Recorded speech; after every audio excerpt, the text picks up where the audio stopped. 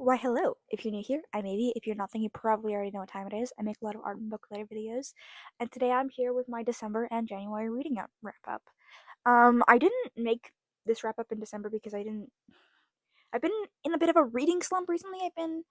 It's, there's a lot of things going on relating to it. I've been struggling with my mental health again recently, and also just, I've been having a lot going on. I've been having to do a lot of commissions to help pay off my cat's surgery bills, and I've got it's I'm taking online courses right now so I can get my credits so I can go to university in the fall.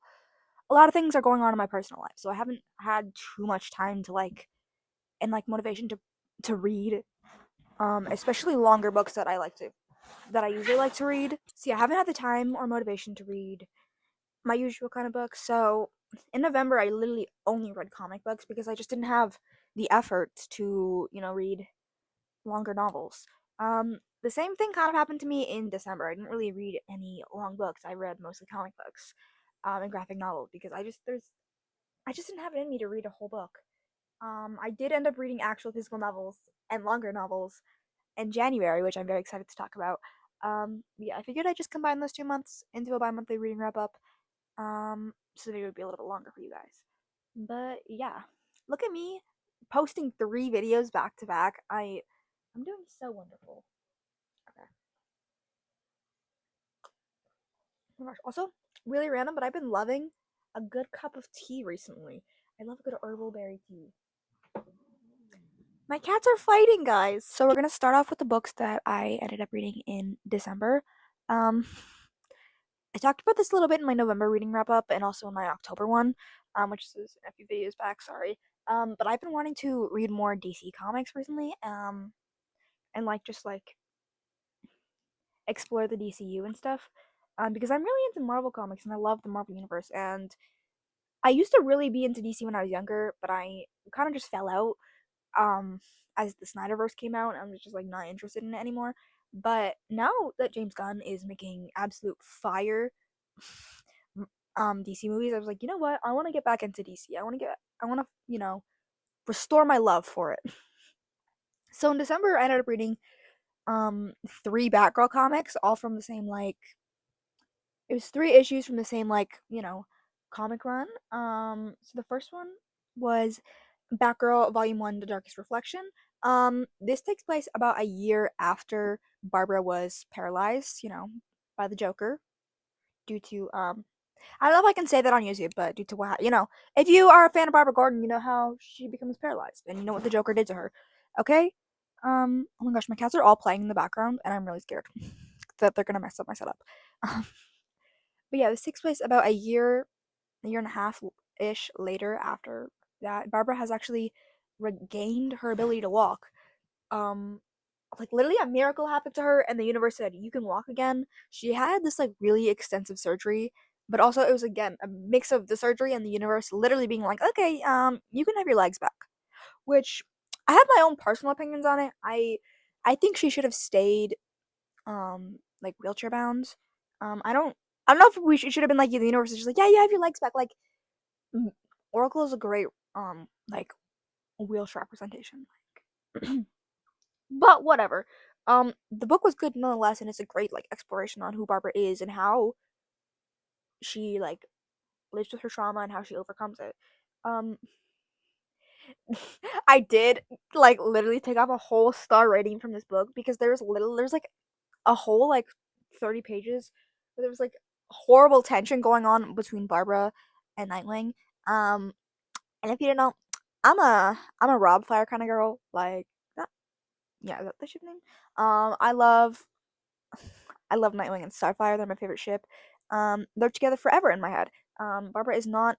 I love Barbara as a character. I do not think she makes a good love interest for any character. I think that we should stop looking at her as a love interest and start seeing her as her own individual person because she is a wonderful and extremely deep, well written character. I love her so much. Barbara Gordon is literally the love of my life. I love her so much. So just seeing that whole bit between her and Nightwing, I was like, no, took a whole star off.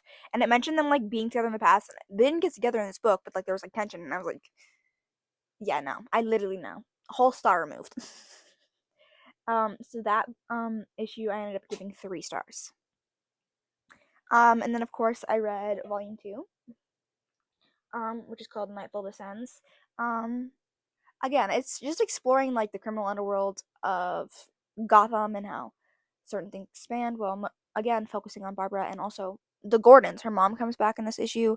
There's tension between her and her dad, her and her mom, and there's also we also find out why her mother left Barbara because we know her Barbara's mom is not in the picture. She like left when Barbara was very young. It's because Barbara's brother is like crazy. Um, and he like would like torture and kill little animals. And one day he like killed a rabbit and went up to Barbara's mom and was like, "If you don't leave, I'm gonna do that to Barbara." And so her mom left. Valid. So the brother's crazy. He's actually in jail now. By the end of the book, by the end of this volume, the brother actually breaks out of jail and has actually been organizing some of the crazy criminal stuff that's been going on in the background of this comic. um, it was pretty good actually. Again, some things again, I was just like, yeah, we don't need to be seeing this. We do not need to be seeing this. So, so I give that one 4 stars. And then of course, followed by the third volume. There are more, but I like haven't read them yet, because I'm just lazy. I'm sorry, I'm lazy. Um, and the third volume is called Death in the Family, Death of the Family. Um, And it's a really crazy storyline. Barbara's brother is completely broken out of jail. He's actually secretly dating Barbara's roommate. There's crazy stuff going on. He wants revenge. He wants Barbara. But also, the Joker wants Barbara. And guess what? The Joker wants Barbara to be his wife. It's like, girl, you paralyzed me. You paralyzed me and taunted me. And now you want me to be your wife? And crazy stuff happens and he threatens to kill his mom. And like lots of crazy stuff is happening, especially with the Gordon family. It's just insane. It's just insane. And then Batgirl saves the day, kind of. There's lots of crazy underworld stuff. And then, of course, we think Batgirl saves the day, but at the very end, it's like, the criminal underworld, it's still rampant, and her brother is still out of jail and evil. But hey, that's just Gotham. That's just Gotham for you. Okay, I need a drink.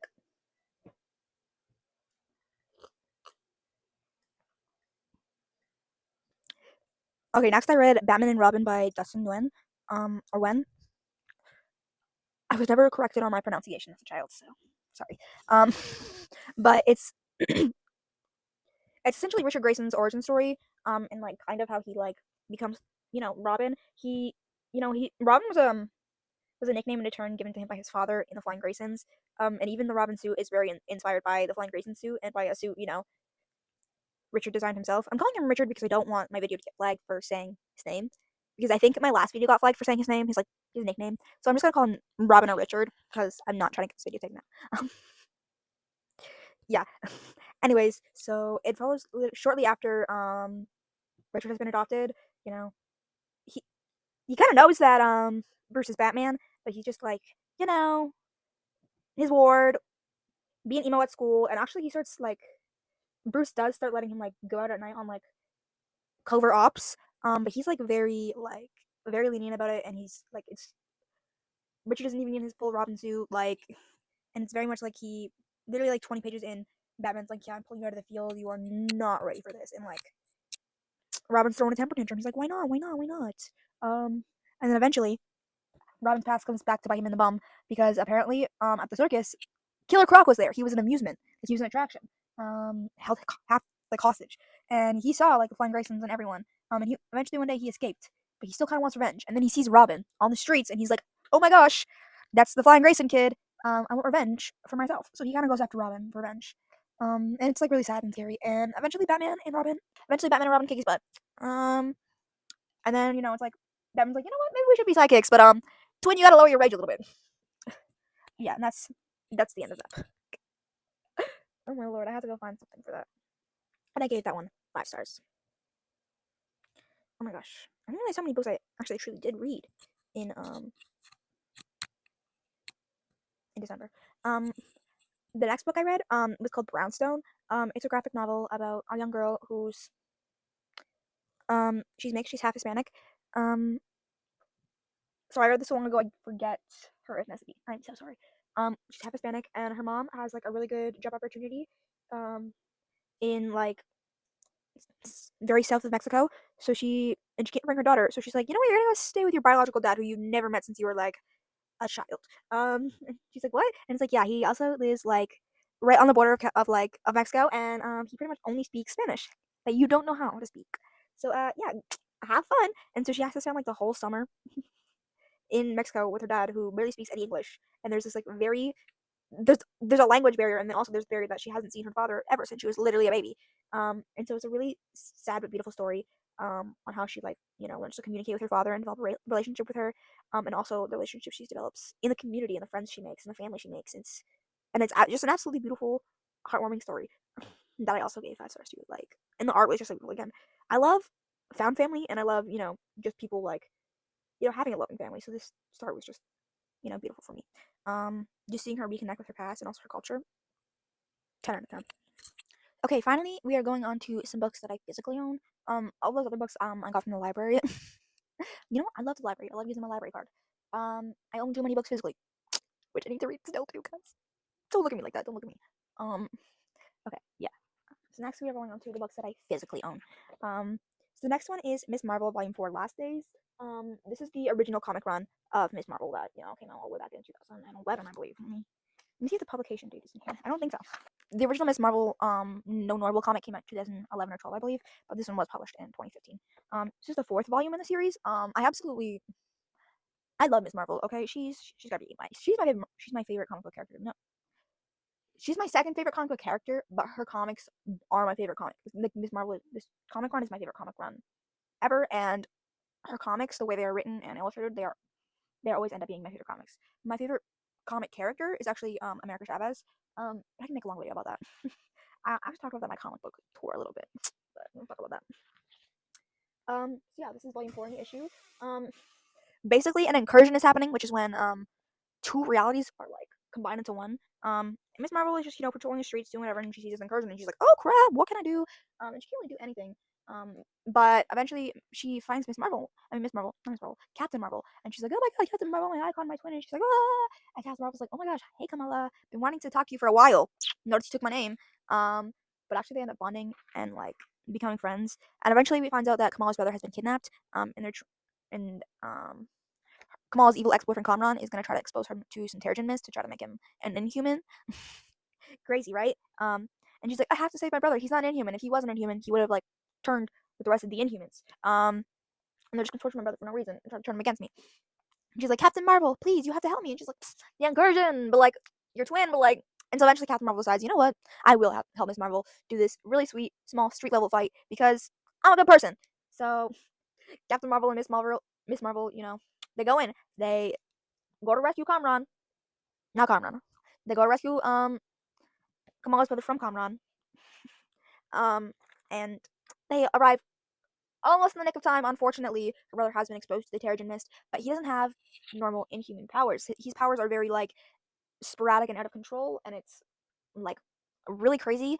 And both we and her brother don't understand what's going on or how his powers work. But there is an assumption that they could be possibly removed from him. Yeah. Eventually, after they save her brother, Captain Marvel has to go leave to save the world from an incursion. And Kamala kind of just like stays with her family and helps deal with what's happening in the city and all the people who are worried about the end of the world, and they're all gathered at the school gym. And there's also this really sweet moment between Bruno and Kamala where they both admit their feelings for each other, but Kamala's like, I can't have a boyfriend right now. A you a white boy, and I'm Muslim. But also B, like, I miss Marvel. I have a lot of things going on in my life. I'm a high school student. Like, I love you, but we can't be in a relationship right now, which breaks my heart because Bruno and Kamala are actually my favorite ship. Sorry, not sorry. I love them. Okay, I love a good friends to lovers. Okay, I'm sorry. But yeah, it was so beautiful. And again, the way the story is told and illustrated is absolutely insane. I love it so much. And I cannot wait for the next volume, which I believe is Civil War Volume 1. So I'm very excited to see what's going on there. I believe there's like people are hating against the Inhumans. But yeah, I ended up giving this one 4 stars. Okay, so the next book I have here is actually a graphic novel adaptation of a book that I have read already. It's an adaptation of one of my all-time favorite books. And that is, I just dropped it on my cat. I just dropped the book on my cat. And that book is Speak. I read this book back in March or April.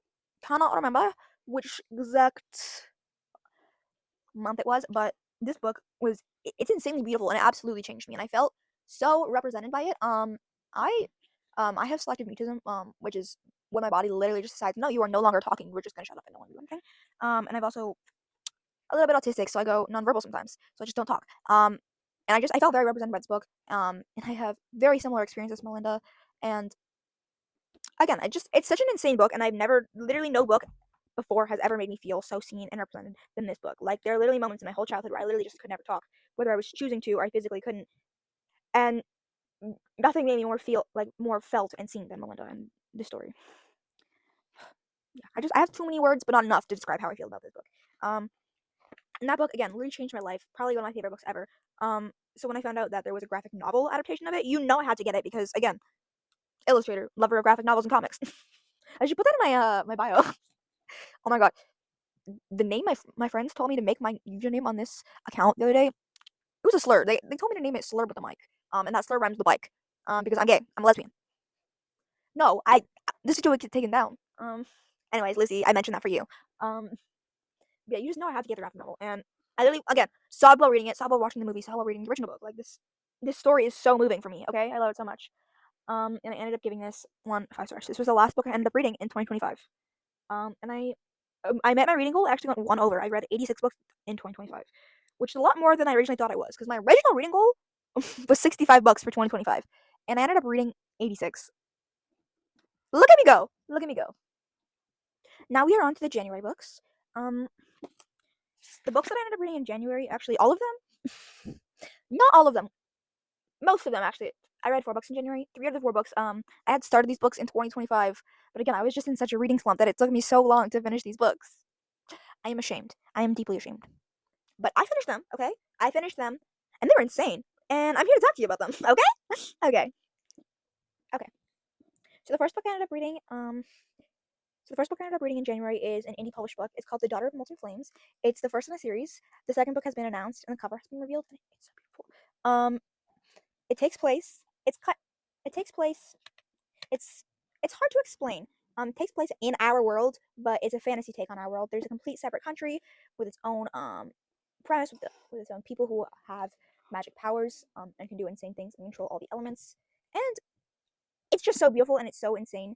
And this book is actually incredibly politically relevant to what's going on right now, and to what has gone on over our entire history. Um, our main character, Serafina Rey, is from Argentina. She's living her life.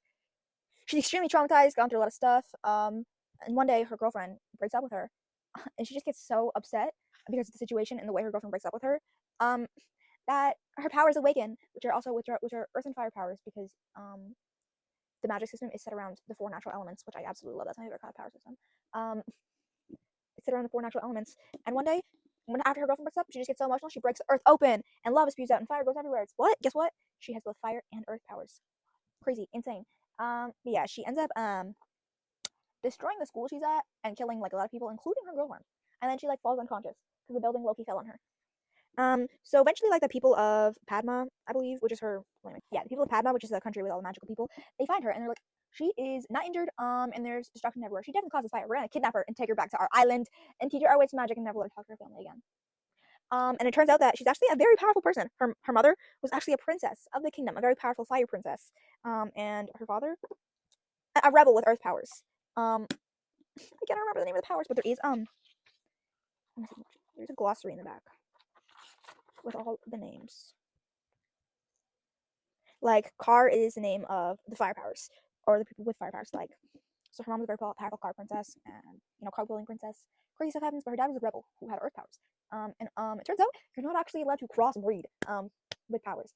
So like, but even if you're a person with like water powers and earth powers, they fall in love. Literally, the punishment is death. The punishment is death. If you're a child with that person, even worse. Again, you die, and then the kid dies. So it sucks when her mom, a powerful princess, falls in love with like an earth boy. So they have to like run away. And they both end up dying. But Serafina is born and is raised by her mother's brother, who's also a prince, who was also a rebel and didn't believe in the cause. So they ran away and raised Serafina, and they didn't tell her anything about her powers in hopes that like they would just like never show up. And when they did show up, they could covertly explain it to her and like not have her get kidnapped by the government.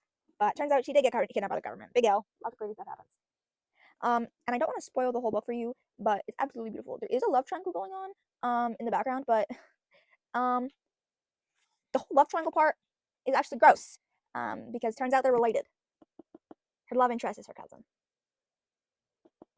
But we don't talk about that because they shut that shit down pretty quickly, and she gets with not her cousin. But I don't want to spoil it, but too much about it because this book is literally absolutely fucking insane. Like, and again, so relevant to the world we are currently living in. Blew my mind every chapter. The only problem I didn't like is it is third person omniscient, so we're getting everyone's perspective in this book. Seraphina's her love interests. Every character gets a perspective in this book, which I'm surprised. Even people you didn't think would have a perspective, like the evil king, he gets a perspective too. Crazy shit's going on in this book. Sometimes I was like, I don't like these perspectives, and I push through it. But other than that, insanely stunning book. And again, mind was blown every 5 seconds. I was like, this is so insane. And I was like, this isn't even a traditionally published book. Like, oh my god, mind blown, mind blown. Anyways, yeah, go get it and read it. Oh, and this book I ended up giving 4.5 stars to. All right, this next book was probably my most and one of my most anticipated reads of 2025. It was my most anticipated read of the second half of 2025 because my first most anticipated read came out in June, and I read that and I talked about it. That was a Treacherous Once.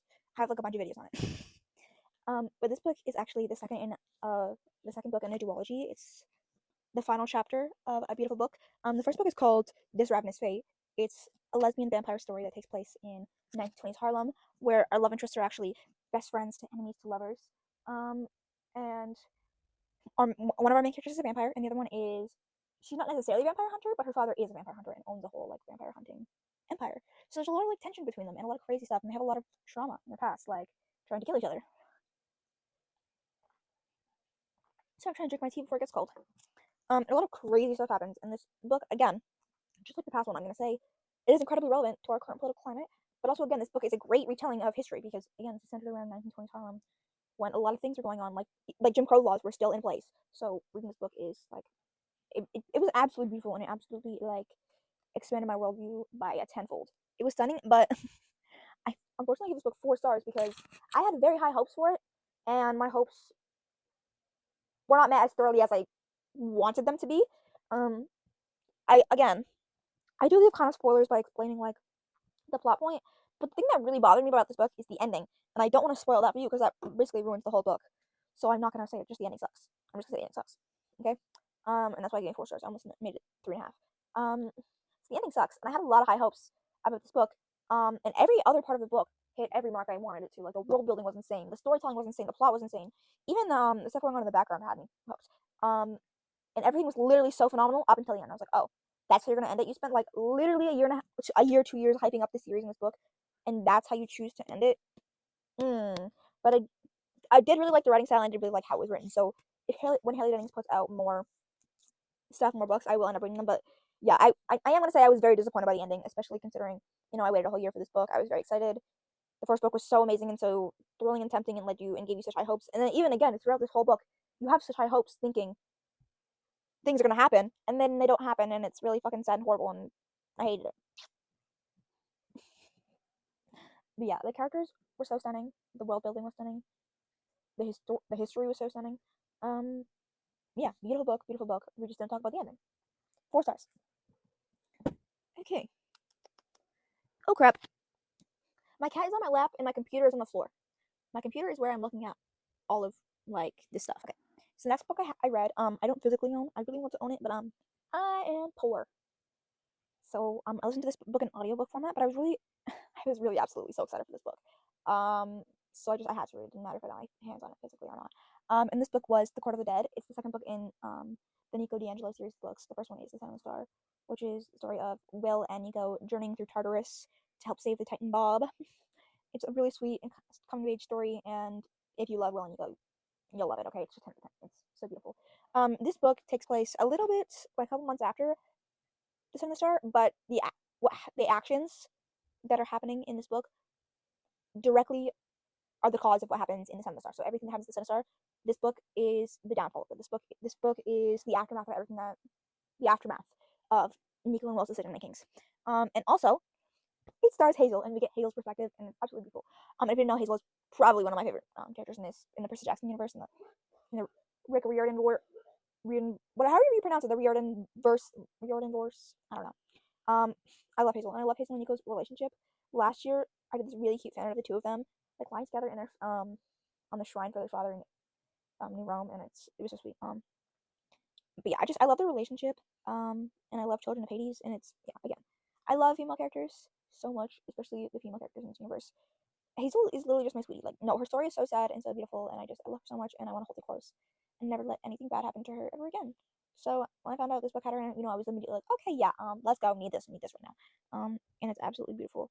Um, Basically, the monsters from the pit of Tartarus are being reincarnated, as such and such, but they realize like they can make their own choices, just like the Titan Bob made his own choices to be a good person.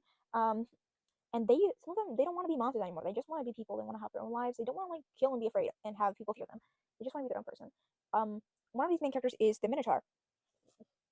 Oh, I just read this. Why am I forgetting his name? But one of the main characters is the Minotaur, like the actual Minotaur from Greek mythology. He's like, no, I don't want to be feared and live this life. I want to be my own person. And it's this really beautiful story. Of how like the monsters like don't want to be monsters anymore. They want to be their own kind of people. Some monsters still definitely want to be monsters, but some of them literally just want to live their lives in peace. Which is really really sweet. But also correlating at the same time as all these monsters are being like revived from the pit of Tartarus and deciding they're going to be good. A few people have broken out of the fields of Asphodel, kind of like how Hazel was, but Hazel wasn't broken out of like literally Hades and Nico were like, okay, yeah, you served your time, let's go. Let's go back to the real world. But these people broke out. One of them, including Tantalus, because at the end of Sea of Monsters in the book, he sent back to Tartarus. And I cannot remember the other ones. I can just remember Tantalus because I hate that guy. But they've found a way to escape the underworld and escape Asphodel and their punishment, and have made their own court of the dead to essentially eternally punish these monsters. Because in Asphodel they got eternal punishment, so they've decided if the monsters want to change and be their own people and not be monsters anymore, they're going to be judged for their punishment and you know given their own personal eternal punishment if the gods don't want to do that. And it's like, dude, just let the gods be. The gods are the gods. And Hazel and Nico will decide we're gonna investigate this. And Hazel gets kidnapped by these people, and they're like trying to punish her, and like crazy things happen. And we see Will's mom. And I don't want to spoil it too much, but a lot of crazy things ensue, and the relationship between Nico and Hazel will again forever and always be my favorite. They are so cute, and they just mean so much to me. And then also again, Will and Nico, while not at the center and extremely prevalent in this story, again they are so cute and adorable, and they just mean so much to me, and they just mean so much to each other. Like they need each other. They care for each other so deeply. Their story is such a beautiful one.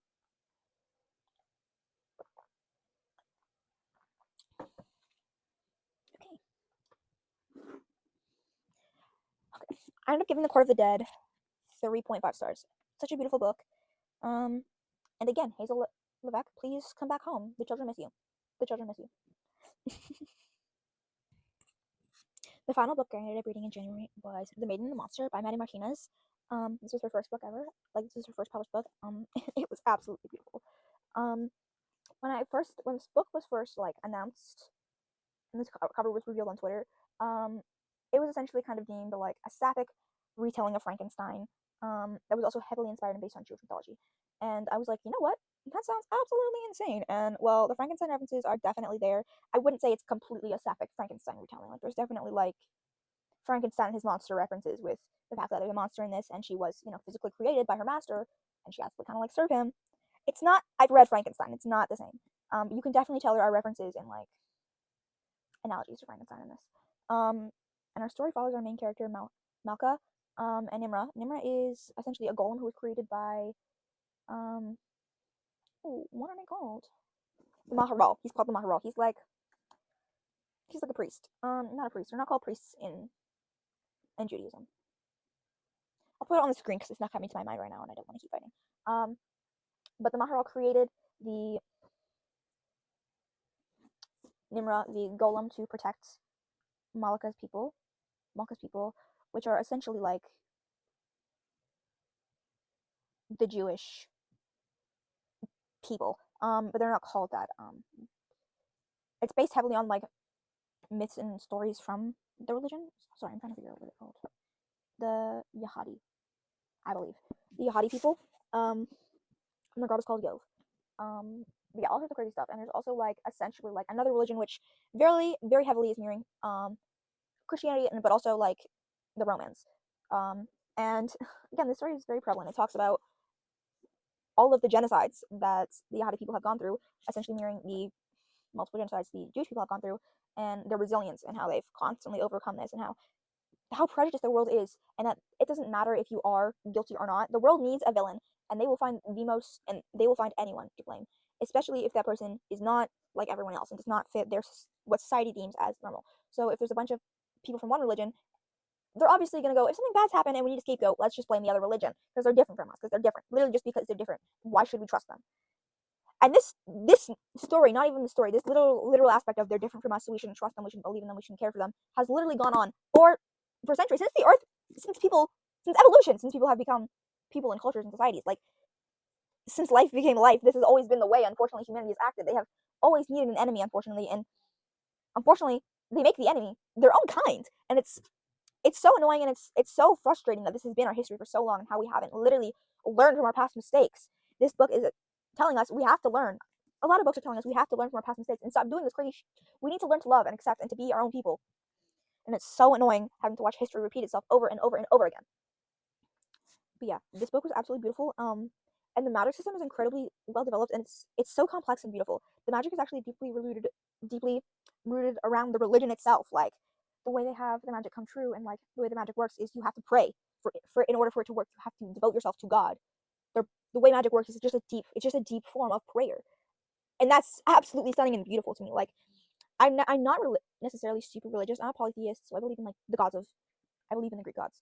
Um, but I was raised Catholic, and my whole life, like, there's a reason I am no longer a practicing Catholic. I don't believe in Catholicism and secular religions.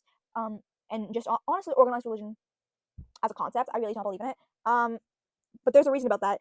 And this book, it's so beautiful, and honestly, every fault and problem I would say I have with religion in general is just swept away in this book, because it's so beautiful, and their God, it's real, and there's proven way to show they're real. Their prayers actually work and inspire and move people, and it's just so beautiful to me. Like, if my prayers would have actually been answered by God, maybe I would be a religious person. Because it's just because I was trauma time. I was a really sad child, and I went through a little trauma. And I was raised Catholic, so I was told if you just pray to God, He would answer your prayers and save you. So I literally every night would beg God to end my suffering and to make my life easier, and to ease my pain, and to make my parents less abusive, and to make kids nicer to me at school, and nothing would happen.